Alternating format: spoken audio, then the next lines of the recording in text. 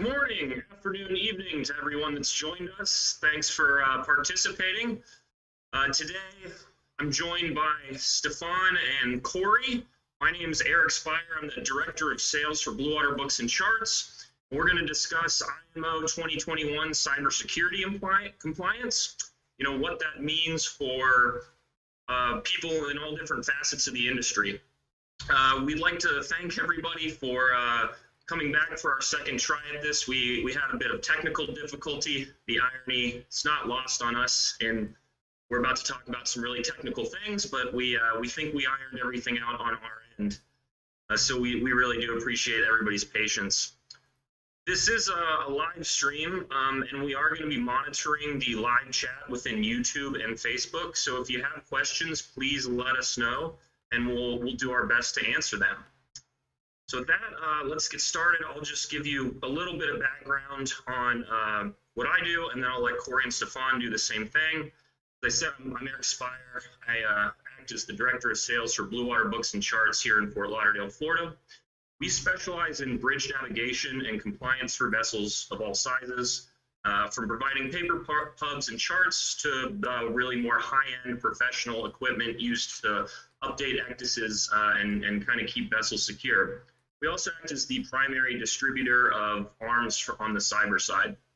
So with that, I'm going to hand it over to Corey Ranslam of International Maritime Security Associates and let him tell you guys what he does. Hey, Eric, thanks. It's great to be joined by both you and Stefan today after our technical issues last week. But, you know, welcome to live video. Welcome to live television. We really appreciate everybody joining us from all around the world. Make sure, as Eric said in the chat, whether you're on YouTube or Facebook, you post any questions or comments. We are recording this, so we will be then putting this back out on our social media. So if you have friends and colleagues who couldn't join us today, there'll be a video post of this back out on social media pretty shortly. As Eric said, my name's Corey Ranslam. I'm the CEO here at International Maritime Security Associates. We are a global maritime security firm providing a number of security solutions to the maritime industry. We have cybersecurity solutions. As Eric mentioned, our ARM software platform is an award-winning platform that provides critical information to mariners at sea, wherever they are in the world. And we also have some regulatory compliance solutions for vessels and facilities. We have a ton of great experience here at the company and are able to help you guys when it comes to cyber, when it comes to getting critical information or regulatory compliance. So just appreciate being a part of this with Eric and Stefan today. Good morning, everybody. My name is Stefan Leitberg with START.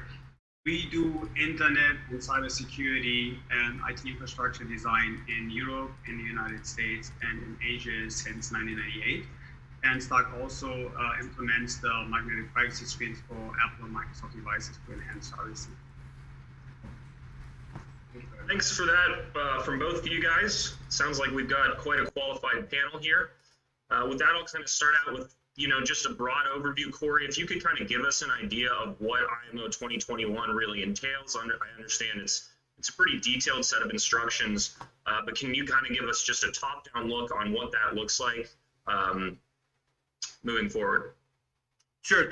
Thanks, Eric. So that's actually, you know, the reason why we're here today is to kind of walk people through these regulations from the IMO perspective, but also then working down to the individual countries and flag states. So with that, back in 2017, the International Maritime Organization passed Resolution MSC 428/98, which was the implementation of what we know as the IMO 2021 cybersecurity regulation. So it's pretty interesting. This is something that the IMO has been working on for a number of years, and as everybody or anybody who sees how the IMO operates knows that they do not move at a very rapid pace when it comes to regulations. But now we're at the point of implementation. So with that, the regulations are pushed forward by the IMO, and then that goes down to the flag states, and then from there to the individual countries, port state control. So there's a number of things that I know in the coming hour with this we're going to go over, but we wanted to start out by framing out the discussion with that. And really, the IMO 2021 takes a lot of what they've put together from the NIST standards. There's a number of standards if you look at the documents that are referenced, but they take a number of pieces from that NIST standard.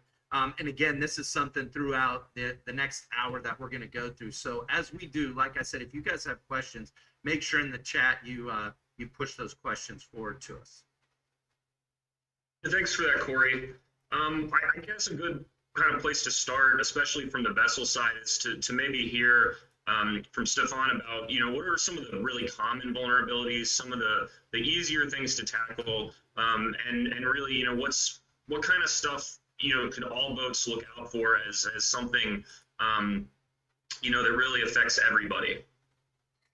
So the most common things that we have seen is that client or non-client facing investments like server, firewall, they're actually considered not really necessary. You can have a very expensive vessel, but you have a $50 router to secure the entire boat. Or if the boat is inside in a marina, it connects to an insecure Wi-Fi, which everybody has access to, and you can intercept as an individual everybody's traffic. And you can even do worse and get to the systems of the boat if they're connected to the network as well. And interestingly, Corey, that you mentioned this, and their compliance not only in the marine industry, also if you run a hotel business, or if you're in HIPAA compliance and medical business, it says like critical systems have to have, let's say, a firewall. You have to auto lock the screen, and so there are certain requirements that needs to be met. And most of them actually go back, if you're an IT guy, to common sense that you don't get anybody access and need encryptions, and these are the things that we actually missing in marinas right now. That's interesting. From my standpoint, I get on a lot of bridges and I see an awful lot of passwords written on Post-it notes stuck to computers. So that's also probably something that's pretty easy to do away with. So it sounds like you're really talking about threats from both sides, both internal and external. Is there a piece of that you feel boats should focus on more, or is it, you need to kind of attack that problem from both sides?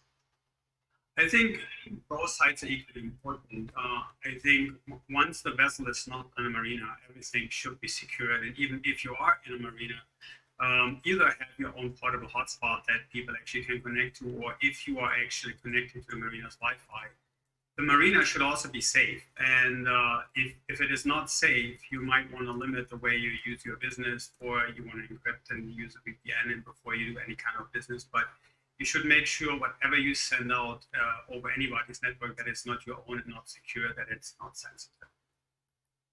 Sure, that makes sense. Corey, can you kind of maybe get into a little bit more about what your team does in sort of how you go about doing these assessments, kind of the step one from your side? If the vessel says, hey, look, we really want to, know what our vulnerabilities are and assess our risk levels. What's the steps they should take? What should they expect from you or someone else that would come on board and offer services like that?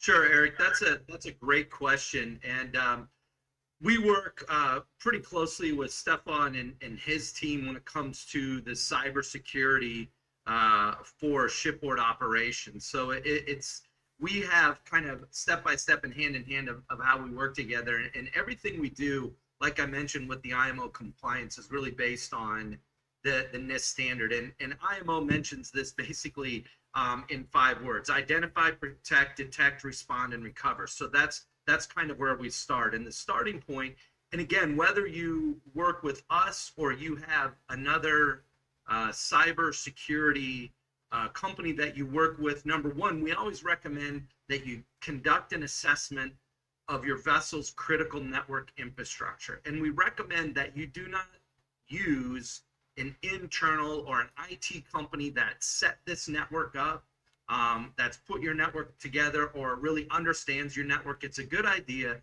to look at an outside cybersecurity company, a company that specifically concentrates on cybersecurity, but also vessels are set up much different than facilities. So take a look at and try to find a trusted partner. There's a number of great companies out there. Some of them we're partnered up with, some of them we're not, but a number of good companies out there around the world that can come on and pretty cost effectively provide you the assessment. And to us, that's really the first step, is to get an assessment of your shipboard network so you have an idea of where your vulnerabilities are. And the reason you want the outside company to come in and do that is they don't really have an idea of the intricacies of how the network is set up. So it's a really great idea to have that third party unbiased view. Once you do that, then work with the company to take a look at those vulnerabilities.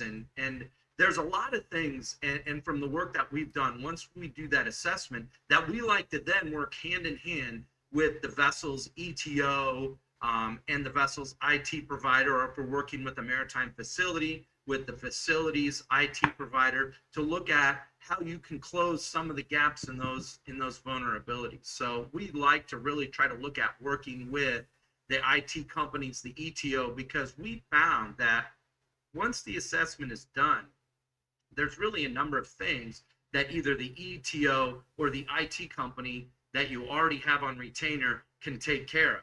Then once we get through some of that, there are some things we found with different clients, and Stefan can speak to this as well, that we look at then what are some of the things we need to do from the cyber perspective. How can we take a look at, how's the firewall configured? What configuration do you have on your network routers? And then again, be able to work with what's the setup on that and who has access to what and how you allow access to that. So there's a number of things we go through and try to do is to close those gaps and vulnerabilities. And then once that's done, our next recommendation is typically to have some type of real-time monitoring of your critical network systems or real-time monitoring of the firewall. And again, that's usually not difficult to do. It's typically not that expensive if you are working with a company that understands, the shipboard setup, so that you can then monitor to make sure everything stays updated. Make sure that if there's any critical threats or attempts on your network, that you're alerted by that and it's shut down. It's going to be interesting to see as this plays out how the major global insurance companies are going to be looking at these regulations and how vessels and facilities mitigate it. Right now, if you talk to, some of the major insurance brokers and underwriters, there's just not coverage that's really available to protect a vessel from cybersecurity related attacks. We have great relationships with a lot of those companies around the world and talk to those folks almost on a weekly basis to be able to put plans and programs together to help vessels. And that for us is really important. Sure, the regulation side is important, but what can we do to protect the vessel so that if your owner comes on board and needs to get involved with some critical work items, that he's not vulnerable to attack on the boat, that he's just as secure and many times hopefully more secure than he would be on land. And one of the things that I forgot to mention at the beginning, Eric, was as part of this whole IMO 2021, one of the things that they want vessels to do is once you get through this assessment, look at the vulnerabilities, they want you then to take this information to put how are you dealing with cybersecurity threats and vulnerabilities into your overall safety management system, which is part of your ISM plan. So if you're a vessel that has a full ISM plan, or you have an ISM plan that is that you're doing voluntarily with your flag state by your first inspection of after January 1st of 2021, you'll need to have cybersecurity as part of that. So I just wanted to mention that that's kind of the big piece of the IMO 2021, the 42898 is that you need to have cyber as part of that. But it, like I said, it always starts with that assessment. I think that's a really good point that I just want to re-highlight that you just said, Corey, because it's something I've heard is maybe a bit of a misconception in the industry, but even voluntary ISM vessels, if they have ISM, are subject to these regulations. That's a really important point to know, because I know, at least from our side, we deal with a lot of privately operated vessels, and they're not necessarily thinking that they have to follow the same standards as the commercial vessels. I wanted to kind of follow up here because I hear a lot from both of you guys about sort of the internal side of the vessel and then the facility side. And, from my understanding, vessels, super yachts, or even commercial boats they have a limited amount of facilities they can go to. There's just a limited amount of infrastructure in the world that can handle vessels that size. So to some extent, they don't have any control over the facility aspect. Is it enough for them if they really do, their full diligence to secure the onboard network? Can they feel safe in any facility worldwide? And if not, is there something that the facilities can provide to let them know, here's what we've done from our end? So I'll take the first part of that question, because I think it's a great question. I'm not going to speak of any facility specifically, but the majority of the facilities that I've seen, and I know Stefan has interesting stories on this as well. The majority of the facilities I've seen are not secure when it comes to specifically to the large yacht operations. I've been to a number of facilities. We've been able to take a look at the network, and on the public side, we've been able to see every vessel that's connected into that network, whether it's Wi-Fi or whether they're hard connected in, and that's a huge vulnerability. And there's some easy steps that you can take to mitigate that. So as you connect to a network, if you can see a whole bunch of other vessels on that network, usually to me that's kind of the first red flag that the facility probably doesn't have any or very little cybersecurity on that. And I was actually just talking to a facility the other day that's one of our clients, and we were talking about that is what's that third party liability, that if I'm providing internet access as a marina or as a shipyard to all the vessels in my facility, and then there's an attack that comes in through that network connection, what's my liability? And a lot of times the insurance companies will not cover a marina's third party liability if they don't have some of the basic protections in place, or that coverage could be completely exempted in certain forms. So you want to make sure, and it's always a great question, as you pointed out, Eric, to ask the facility what kind of cybersecurity protections do they have in place on the network. And just like everything else, when you look at a facility, what kind of fencing does the facility have? Lighting? Do they have CCTV cameras? Is it access controlled? Are there security guards? And along with all the physical stuff, you want to ask, hey, what's your cybersecurity protection in place? How are you protecting my vessel? Because vessels go to great lengths, especially private yachts, to protect that asset, to protect people from boarding. But if you're not doing the basic protection from a cybersecurity perspective, it's just like opening the door and letting anybody on board. So that's always a big question, and don't hesitate to ask the facility what type of protection they have in place. All right, I'd like to pick up on a couple of points you made. And when companies say, yeah, we have an IT guy, the difference between a cybersecurity company and an IT guy is actually, if you put it in layman terms, you hire the IT guy to set up your infrastructure and make it safe. Cybersecurity, a hacker philosophy is only if you understand the system to its full, it can be manipulated. So the hacker basically comes in, tries to break your system and finds the vulnerabilities. It can be outdated firmware or anything. And when it comes to marina, a few months ago, a marina was actually hacked and had a security breach. And to our surprise, I made an assessment of the marina, and that had changed nothing. So once we were actually getting access to the network, we could see printers, office computers, vessels, everything was on one network. And the biggest misunderstanding is when a company says, oh, we have a cybersecurity insurance, that actually means what? Because does it cover your cost to recover your data? Does it cover the ransom? Or even worse, does it cover liability because you lost your client's information and the client has financial loss and files a lawsuit? So that's one important part that you have to look into if you get a cybersecurity company. And I think it should be enforced that the marinas and the vessels have to have the same security and have to educate their staff, because staff changes. So you have to repeatedly educate people and follow guidelines and policies, and you have to have a camera system. You have to have access to the building that is secured. You need to know when, who, what is happening. And an important part is also, I have seen vessels where, yes, they had a firewall, it was just not connected. So they literally bypassed everything with the $50 router. And even worse, the navigation system computer, which is running on Windows 7, which is an end-of-life system, so there's no more patches for vulnerabilities, should not be on any network for security reasons. And while we were actually on the bridge, somebody connected with TeamViewer to this computer, and it should not be that way at all. So there could be huge harm done to the vessel and the entire infrastructure. Stefan, this is probably a good time to ask one of our viewer questions is, really how common are these attacks on vessels? How often do you guys see them? I mean, I know from our standpoint, the industry being what it is, they're not always reported. But can you kind of give us an overview of how big of a risk this really is? There's obviously nobody saying from the big guys I got hacked. If you compare to big corporations, right? These corporations, when they say they just got hacked, it somehow leaks to the news over a couple of months of time.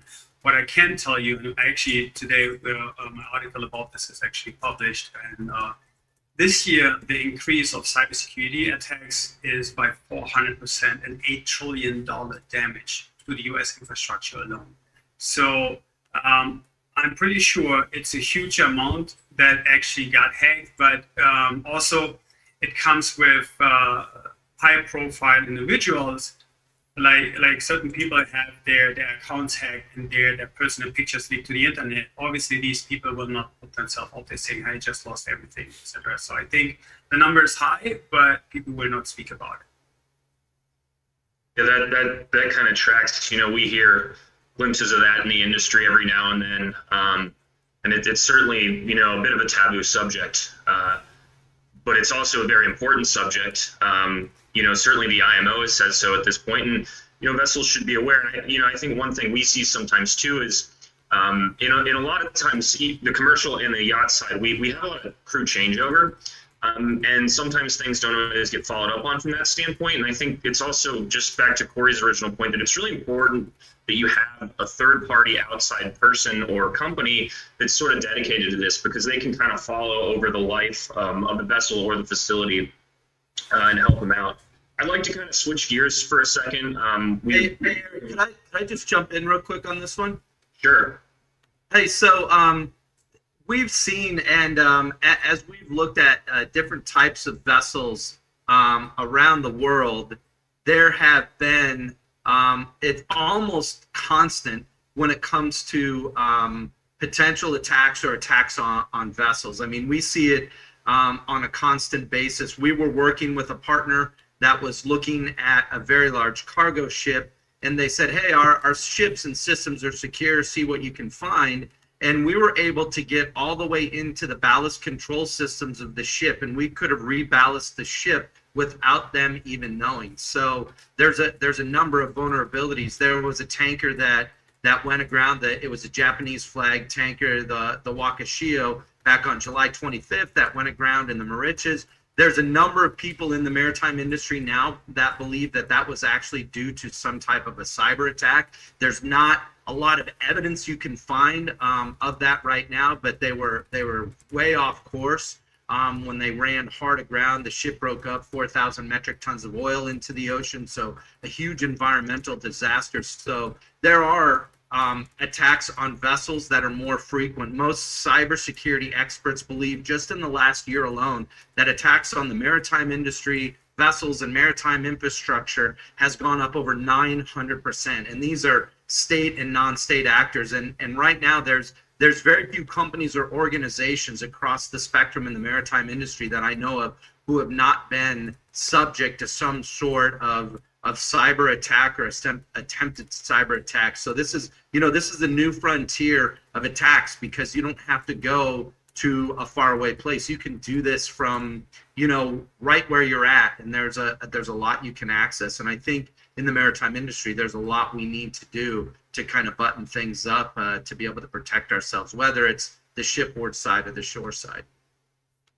Yeah, that's interesting, Corey. I think your ballast water example is almost literally the exact plot of the 1995 movie Hackers, and that was supposed to be a fictionalized thing, and here we are seeing that in real life. I think that's a good segue, because certainly we can talk all day about the risks and try to convince people that they have to change. But can we talk briefly about the regulation side of this? So certainly the boats have to do this, but also, it's going to be enforced by flag state, by port state, all around the world. And I know that you guys, have some connections there and have heard some information on what their plans are next year. So maybe you could share some of that with us.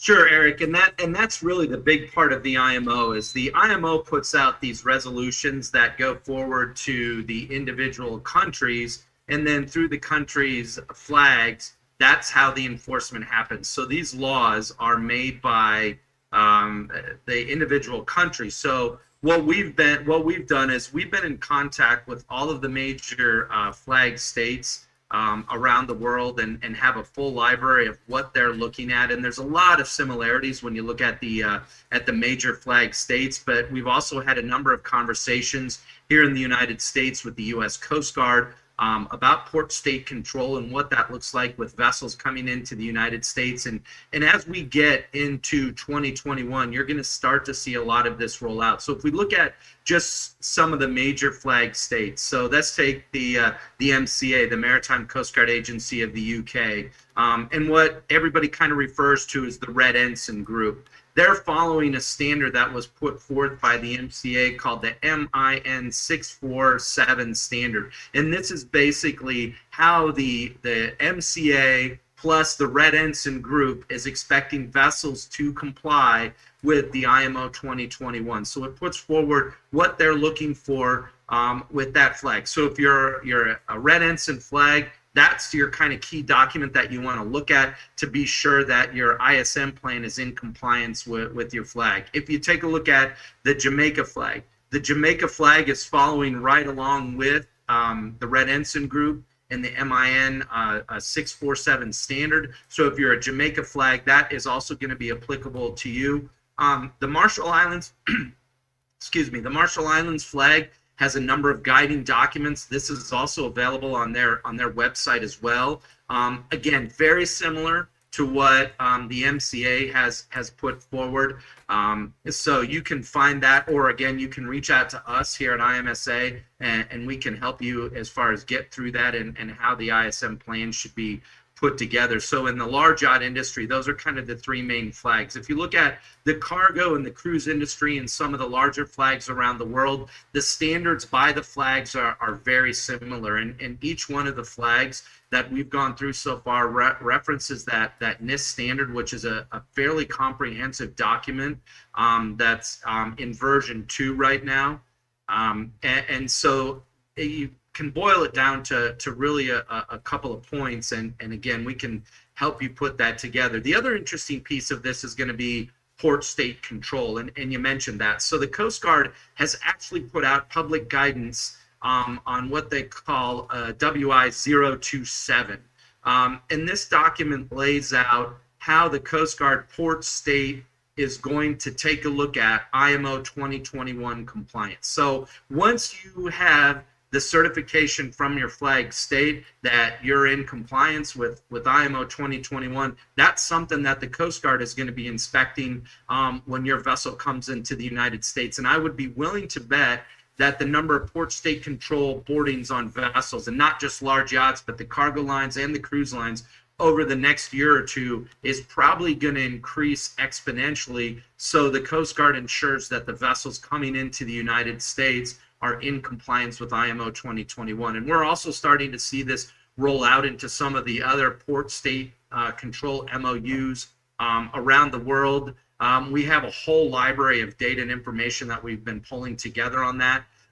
It's just huge, and it would take us a whole entire, probably 5-hour live YouTube event to get through all the nuances of that. So if you're going to be in other port state control regions, you want to understand the nuances that they're looking at. And there has been a lot of media that's gone out that said, hey, the Coast Guard is going to start enforcing this right away on January 1st. They're going to start doing boardings and looking for this. And I've talked to a number of people in the Coast Guard unofficially, and it just doesn't seem like the Coast Guard is going to be dropping the hammer at midnight on January 1st on port state control. The Coast Guard wants to be able to work with the vessels and facilities to make sure that everybody understands the regulations and is in compliance.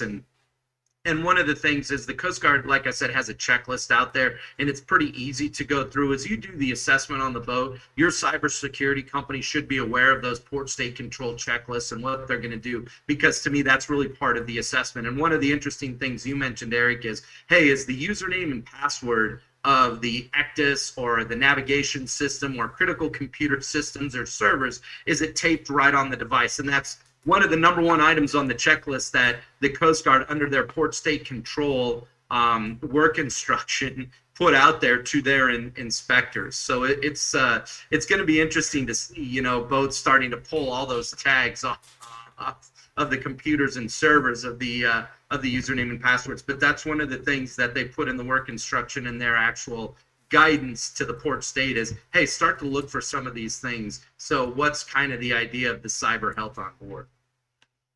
So it's, you know, you've used a lot of words and specific references to documents, which reminds me of, you know, maybe legal precedents and stuff like that. And, you know, for me as a layman, I have a background in programming to some extent, but, you know, some of this is still over my head. But, you know, obviously you need professionals involved to kind of distill this information for you. But I'm wondering, Stefan, if you can kind of give us a general overview of these NIST standards, maybe in layman's terms, so at least vessels can understand, you know, when you go on board, or the facility when you go on board, what you're really trying to implement. Because, you know, from what I've heard, and, you know, what people say is, well, what are these actual concrete things you're doing? Yeah, okay, so you install a firewall, but, you know, how's the standard for that made? And yeah, can you kind of drill down into that a little bit so maybe we can understand better? Okay, so it's supposed to as an extreme echo.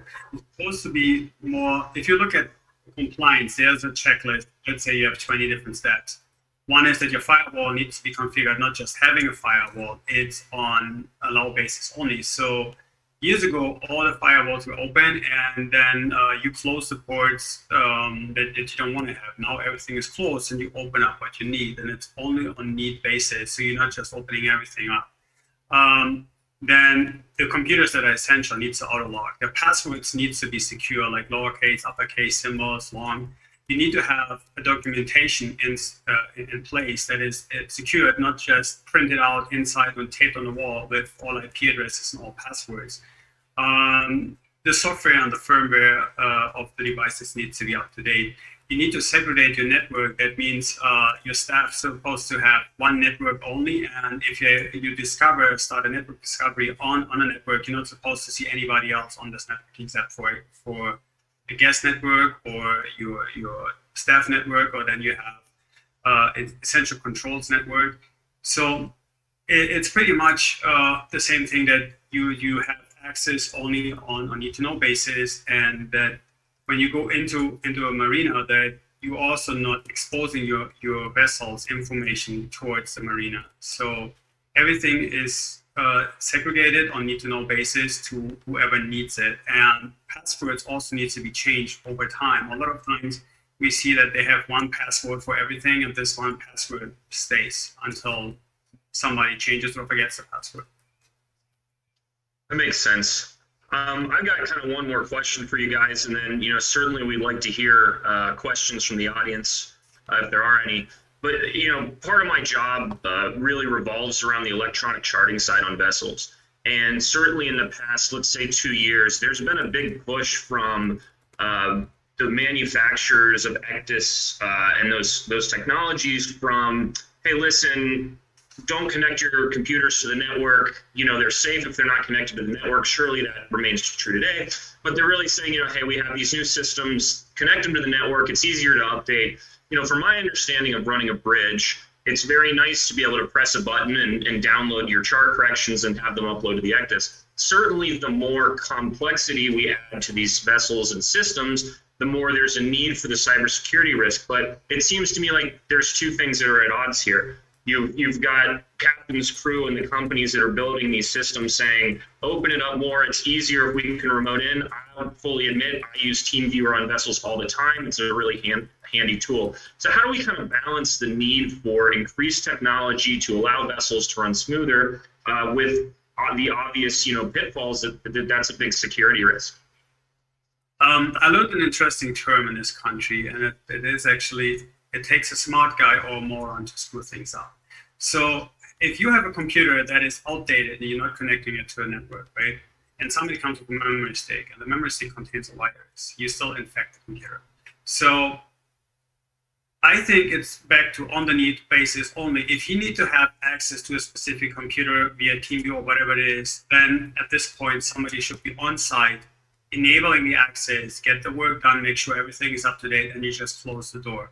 It's similar to your house. Once you need to get stuff done, you just close the door and enable the alarm system again. So having everything open, it's great, it's convenient, but understanding that these boats not only have the navigation systems, they have streaming systems on board, like sonars, they have TV in every single room. So it's literally a swimming multimedia IT platform. And so having everything open, also, if it would be on the same network, enables a lot of different kinds of threats. While you don't know if your sonar system has a software bug where people can get in, people hacking DVR systems all the time. I mean, vessels have video systems as well.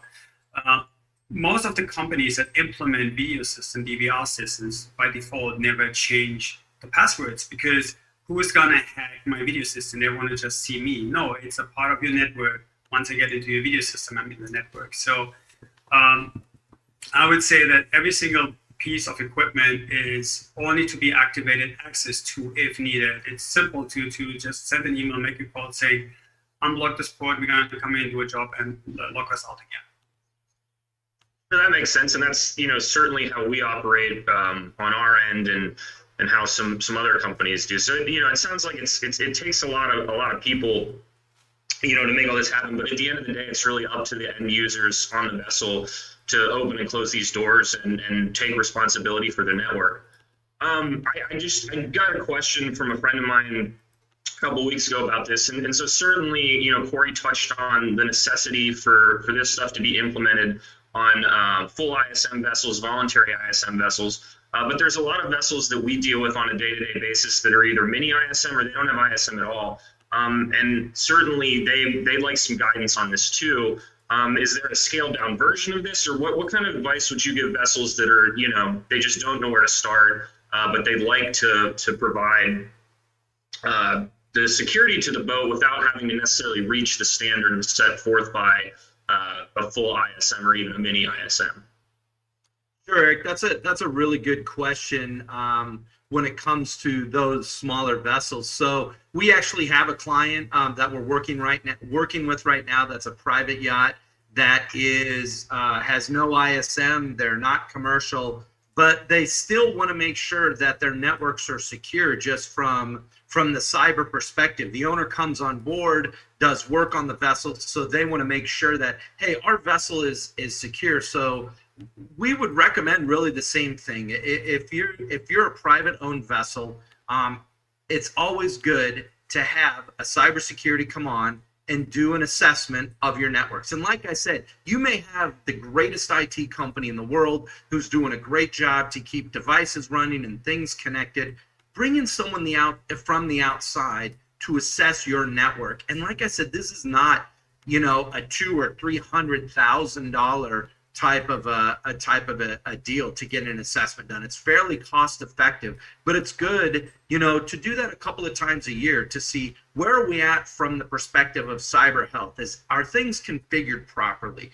Do we have things set up in order to allow outside access when it's needed, like Stefan just mentioned, which is extremely important? And then can we close the door? And there's a lot of things now enabled through technology that you can have a cybersecurity company or IT manage some of these things remotely. So it's great to be able to kind of get that biannual health checkup on your systems, so hey, where are the issues? Where are the problems with this? Is there crossover between the multiple networks? And just some of the things for the vessel to be able to understand, because we tell people, hey, spend some money right now on cybersecurity, regardless of the type of vessel you are, because if you have an attack on your vessel, or the owner or someone that is on board, the cost could be 10 or 20 times that when it comes to the mitigation. And again, from an insurance perspective,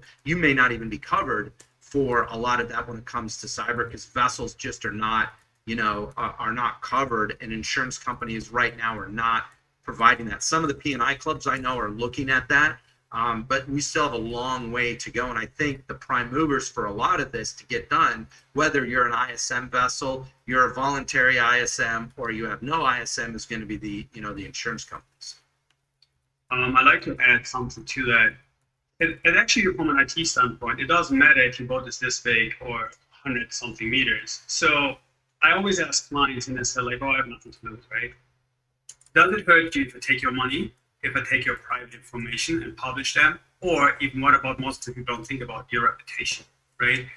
If you have a good name out there and it gets to the public that you lost all your client information, or even worse, embarrassing private information about you, does it hurt you? So systems supposed to be secure, and everybody knows you can buy a computer today, you walk out of the store, 3 months later this thing is old.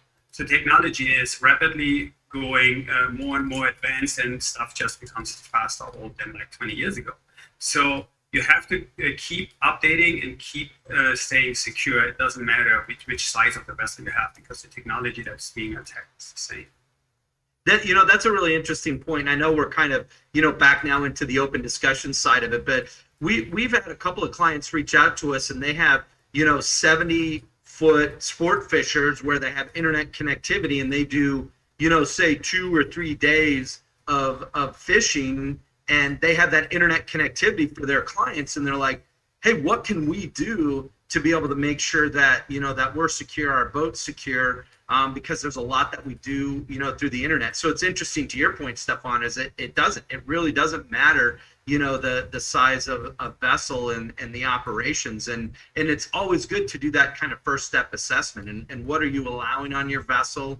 And what devices are you not allowing, and how are things set up, and how's your firewall configured? A lot of times people say, well, cybersecurity just gets in the way of what we're trying to accomplish. We can't get the AV to work right. We can't get something into the master's or into the owner's stateroom, or the guests aren't happy. And I've always found, and Stefan, I'd love to hear from you on this, is when you configure everything properly from a cybersecurity perspective, the onboard IT systems, AV systems, if it's designed properly, are going to work great if you have it designed properly and managed properly.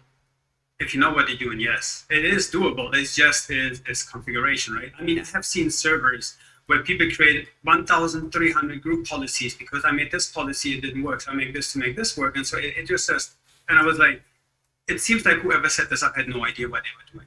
But there's something that is very, very critical, which most of the people do not know yet. It doesn't matter if you own a business or a private individual, or if you own a vessel, or even all. 2 months ago, the US government ruled it illegal and a federal crime. If you get hacked and you pay ransom, you fund terrorism. So you're going to be under a federal crime. So, which people didn't understand, in January when the big hack happened, that TravelX and Google and Microsoft, they all got hacked. And there will be millions paid to the Russian hackers.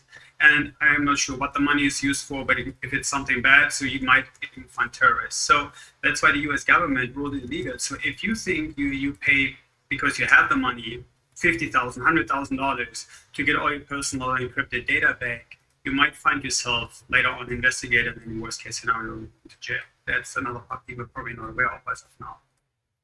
I don't know how many of these panels I've seen or sat on over the years, Corey and Stefan, but this isn't exactly a new topic in the industry.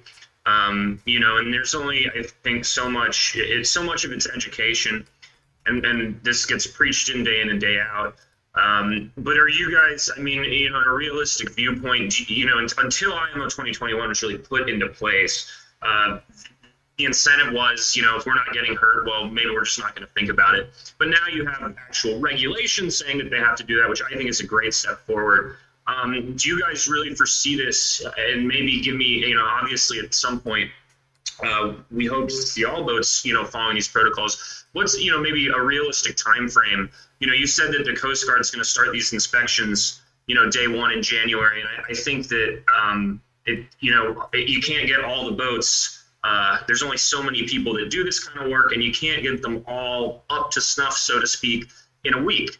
So do you guys have some thoughts on how long you think this will take to be implemented, and the kind of change we should expect to see? Because I imagine it's going to be a fairly evolutionary, a longer process.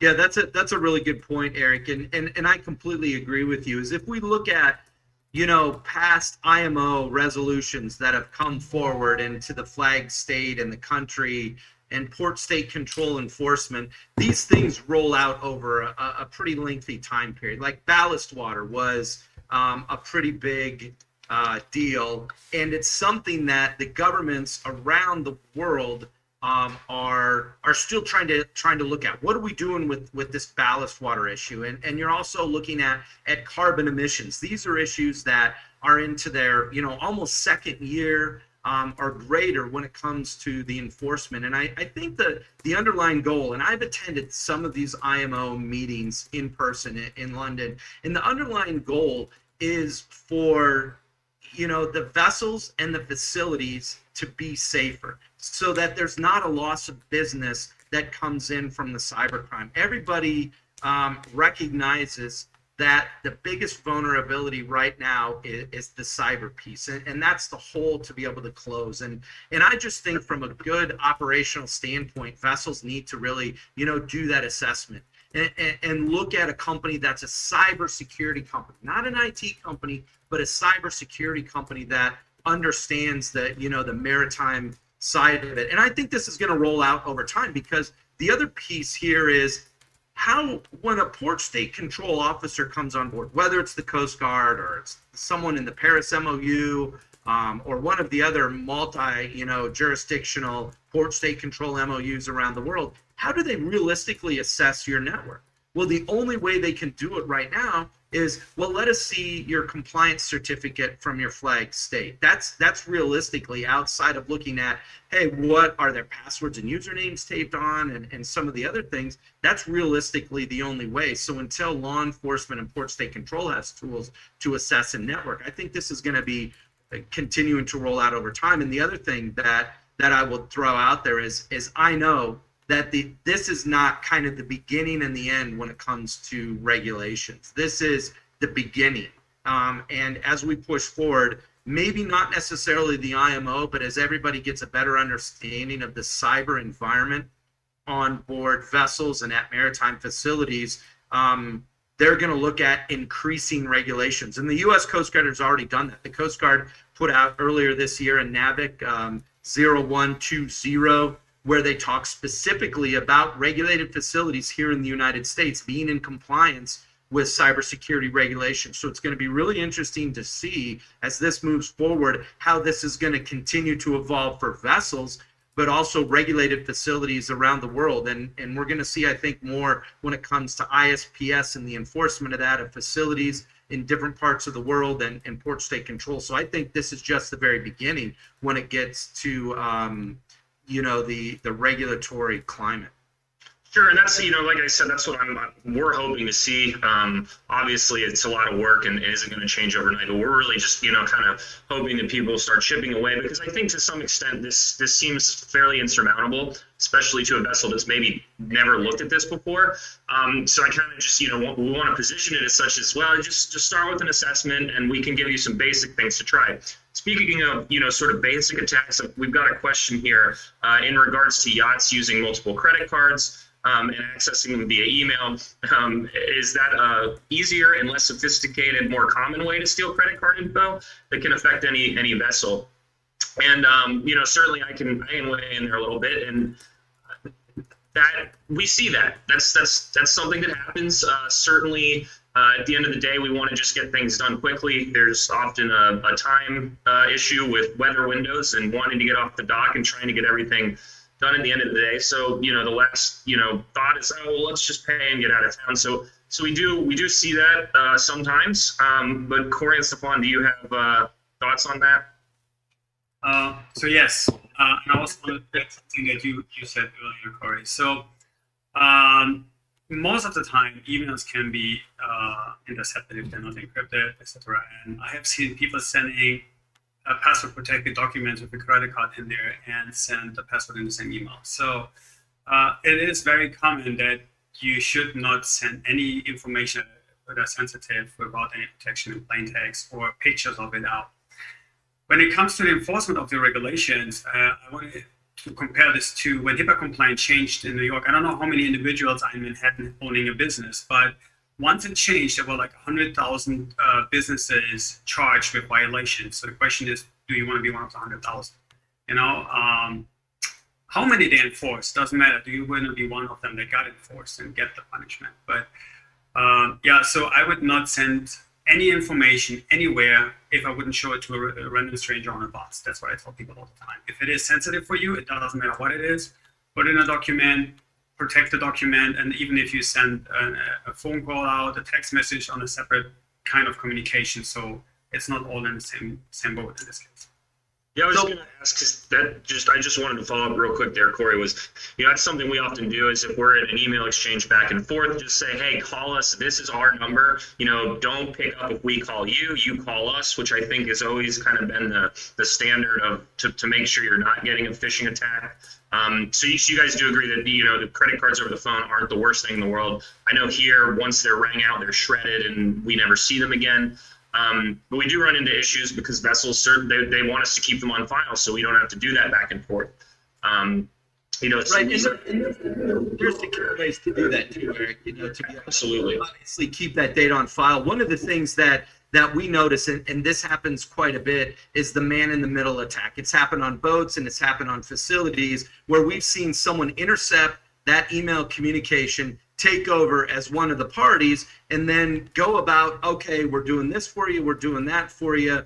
Okay, well, we're ready to pay the invoice, and then the person who's basically taken the identity will go and say, okay, well, you know what, our banking information has changed. If you could send the wire payment or ACH to this bank info, that would be great. When you see that, that should be an immediate red flag. I've been involved in a number of companies. I've owned a number of my own businesses, and I know one thing that does not change very often is our banking information. So if you've been dealing with someone, say like Blue Water Books and Charts, and all of a sudden you get an email that says, hey, our banking information has changed, pick up the phone, take the 30 seconds to give Blue Water a call and say, listen, we're getting ready to pay this invoice. We just got an email that your banking information has changed. Is that correct? And it could be, yep, our banking information has, and that's a great confirmation. But 90% of the time you're going to find when someone says the banking information has changed or wire it to this and you don't call, it's most likely a man-in-the-middle attack. And I've seen millions of dollars lost in the large yacht industry just on its own with man-in-the-middle attacks, and that is completely not recoverable. You're never going to see that back. And a lot of times you could have exclusions in your insurance policy that's also not going to be covered because you didn't do some sort of two-step authentication. So take the 20 seconds. If you're really busy, have someone else on the boat do it. If the captain and first officer is really busy, say, hey, is there anybody else who can make that quick call for us to confirm that this banking information is good? And I also recommend that with companies. If you're doing B2B with another company and they, shoot you an email and say, oh, well, our banking information has changed, take the 30 seconds to give them a call and just to confirm that. Well, as an employee here, I can assure everybody that it's not the top of our list to change our banking information once or twice a year. That's a bit of a pain, and we don't do it. And I can't imagine a lot of companies do that often. I'm going to give Corey, you and Stefan, if there's any kind of closing remarks you guys would like to give or anything else you'd like to add, that would be a great time to do that. I would say when it's IT, right? Ask questions. The number one thing when people ask me, like, what should I do? Ask. Do your research who you work with. Like, a lot of people find a cheap guy that I got from Craigslist, and you don't even know if the guy has any reputation. I mean, we are advisors. I'm not coming to your house to take away a cigarette. I'm not your doctor, right? If something is unhealthy, you have to be responsible. So do your research about the person and the reputation, and then have paperwork signed. Have agreements, NDAs, and at the end of the day, when the job is done, ask for a documentation that if the person leaves the country, gets hit by a bus, whatever, that the next person knows exactly what has been done. Get a network documentation about everything and keep it confidential. It's great advice. Corey, anything you'd like to add? I would wholeheartedly agree with Stefan. Is number one, ask questions. When you go to a shipyard, when you go to that marina, when you ask, your normal security questions, or even before you get there, add cybersecurity to that list. What kind of cybersecurity do you have on your network? Am I going to be able to get on your network and see everybody else who's on that network? And make sure you understand, the type of vulnerabilities that you have on board. Even if you're connected into an unsecured network, through good cybersecurity health and through that assessment, you can understand where your vulnerabilities are, patch those up. So even if there's a problem with the internet connection, the inbound may not be as secure, you can make sure that once it hits your boat and everything past that is going to be secure. And for us, it always starts with the assessment. Assess and do a realistic assessment. Assess what are the true vulnerabilities and what are those critical items and those big items that we need to take care of. And if you do that and have the system configured properly, it's going to work much better for you, for your owner, for your guests, and however your operations go. Yeah, no, that all makes sense. And speaking of questions, some magical wizard behind the curtain, I think, has put our contact information above and below our heads. So if you do have more questions, please feel free to email us. And if one of us doesn't know the answer, we can probably find someone who does. I know we've given a lot of information out today, and we really hope that we've kind of just given a broad overview of what the IMO 2021 compliance on cybersecurity looks like. We hope that we've given you some thoughts about what you might do from whatever portion of the industry to secure your side of the operation, and some things that you need to ask the other people, because we're all participating in this big sandbox they call the internet together, and it seems though we all have our own responsibilities. And yeah, ask questions. So please feel free to reach out to us. We really appreciate everybody's time and patience with our slow start to the last seminar. So thank you guys so much for joining us. Please reach out. We'd love to hear from you.